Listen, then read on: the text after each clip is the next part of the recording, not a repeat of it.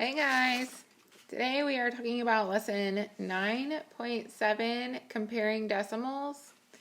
I already went ahead and flipped on over to page 535. I really love the way numbers 2 through 5 are written.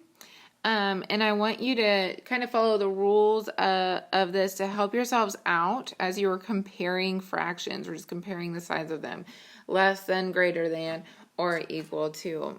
And this method I really like. I'll show you. I'm going to write them into their place value chart here. So we have 2600. So I got 0.26, and then I've got 2300, 0.23. And I want you to compare from left to right, okay? So if you have a bigger number in the ones value in one of these two, then that is the number that is the bigger value, okay? And so from left to right, we're checking this place value. These are equal. So this one, that will not help us. So I'm moving over one spot over here to the tenths. 2 and 2 fall in that spot. Those two are equal. So that has yet to help us. Now we're going to look here in the hundredths. 6 and 3. 6 is bigger than 3, which means that this one is the greater value. It is greater than. So that's all there is to it. That one's greater than. But I really love this method because it helps us to compare our numbers by place value from left to right. So let's look at number 3. 0.7, we've got 7 tenths, 0.7 and 0.54, 54 hundredths. I don't need the 0 here, but I can put it there if I want to. It doesn't change the value like we've talked about before. It is equivalent. I'm just going to put it there just to hold that spot. So I'm starting off from left to right again. I'm going to start off in the ones place right here, and I have zeros there. They're the same number. That doesn't help me. Next, I'm looking over to the tenths, 7 and 5. This 7 is bigger than the 5, so I can stop right there and say this one is the larger of the two.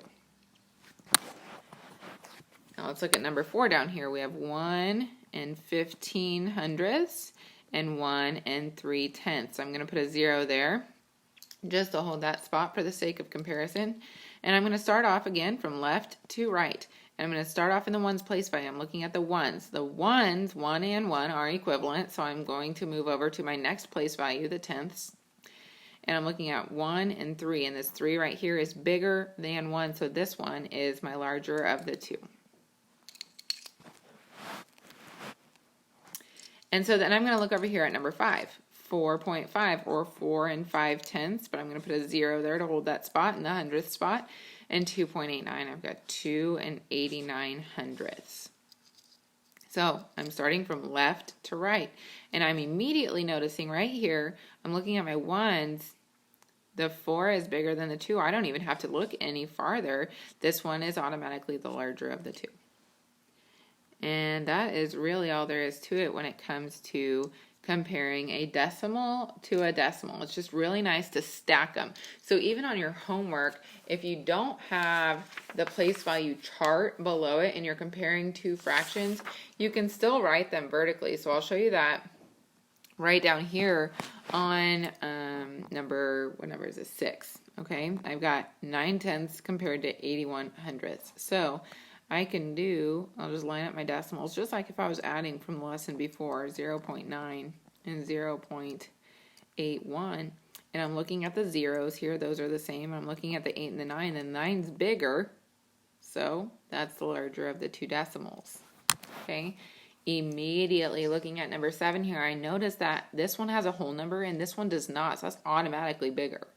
Okay. But same thing, I can take it and write it 1.06 and line them up by place value and see, sorry, that's really messy. I can compare my one's place value and the one right there is bigger, so that if I want to write it vertically like that, I can go ahead and do it. But you should be able to see if there is a whole number involved in one of them and the other one does not have a whole number, the one with the whole number is automatically bigger. Now down here,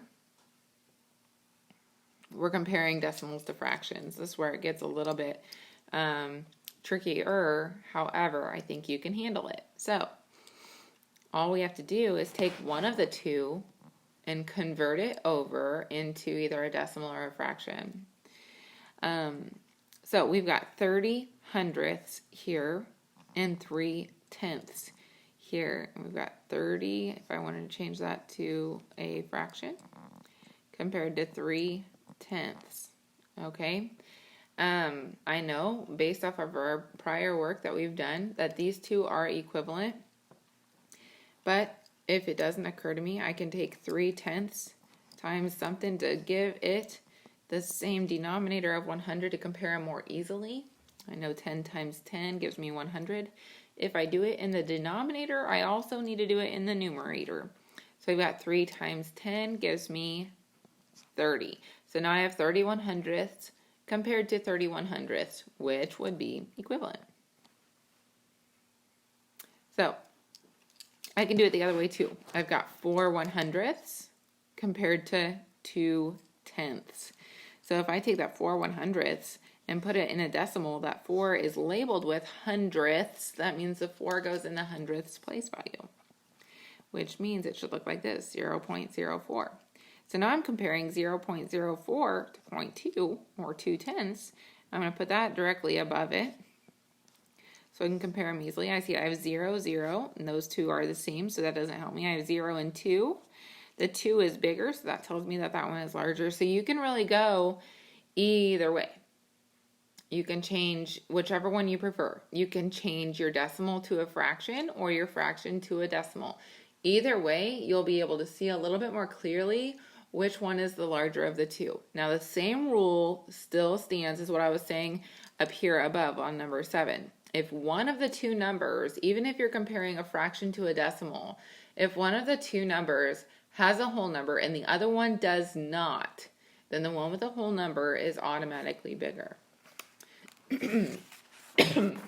Excuse me. So this lesson is a little bit shorter than the ones that we have had in the past. I will let you go ahead and go on to your homework.